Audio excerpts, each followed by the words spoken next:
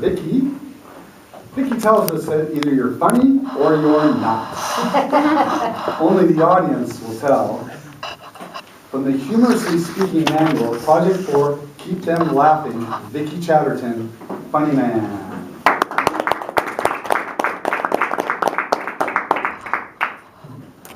Wow, Joe, after that introduction, I can hardly wait to see what I'm going to say.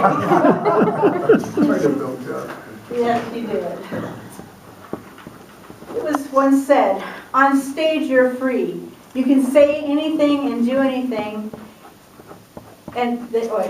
You can say anything and do things that if you said it someplace else, you would be arrested.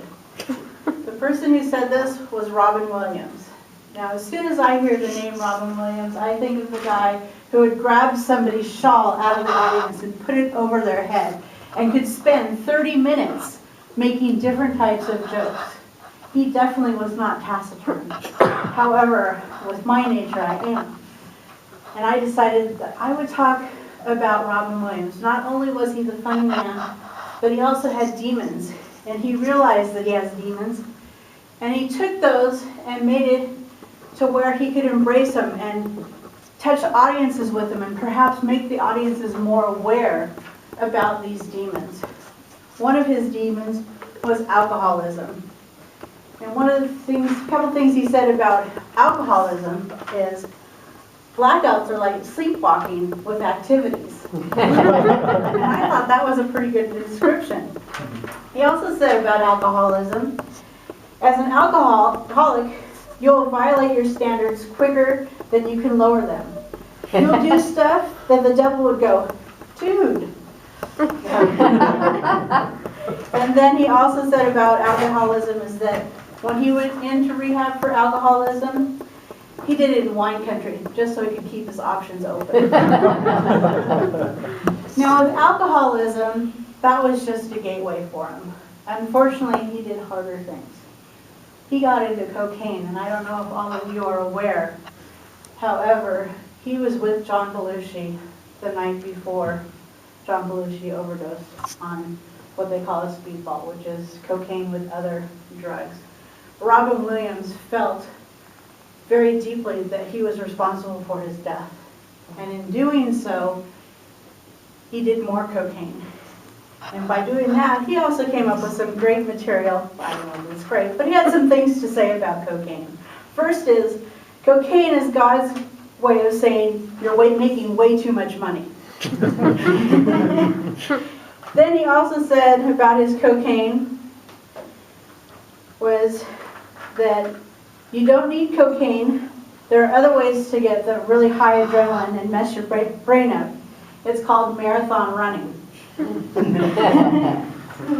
then his other famous quote about cocaine, and it's kind of a long one, is, they call it freebasing. It's not free. It costs your house. It should be called home basing. There are 3 signs you're addicted to cocaine. First of all, you come home to your house, there's no furniture, and the cat is like, I'm out of here. That's the first thing. Number 2, if you have a dream where you're doing cocaine, and in your sleep, you can't go to sleep because you're doing cocaine, and then you wake up, and you're doing cocaine, bingo. That's another sign.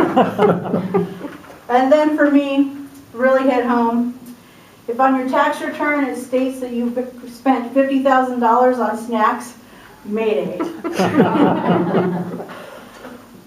This was a time in his life where he went really downhill, and it affected his heart. And not only did it affect his heart, but it affected his home life as well. He did have to have bypass surgery, and he made quite a few jokes about that as well. But he remembered, all growing up, they said, Robin, drugs are going to kill you. Then his doctors came in after his valve replacement and said, Robin, you need drugs or you won't live. And he realized that his doctor was his drug dealer at that point. He lived in California, and he was very excited about that area. One of the things that he really liked was that there were so many people and activities, and he was one of those types of people who would watch and just see and gather all this information and see what other people were doing. And he made the observation that in California, why is it called rush hour? Because nobody is going anywhere.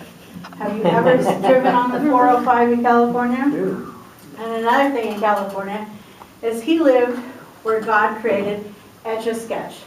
There are a lot of earthquakes in San Francisco. He called it the Etch-a-Sketch.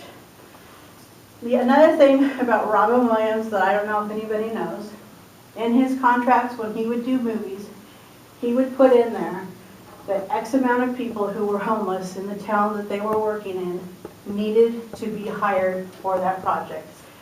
He was very involved with comic relief. Whoopi Goldberg and Billy Crystal and him would do these comic reliefs.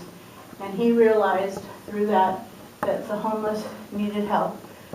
And one of that ways was giving back was in order to hire people to work on his films. And to do one last quote of his, reality, what a concept, Mr. Toastmaster.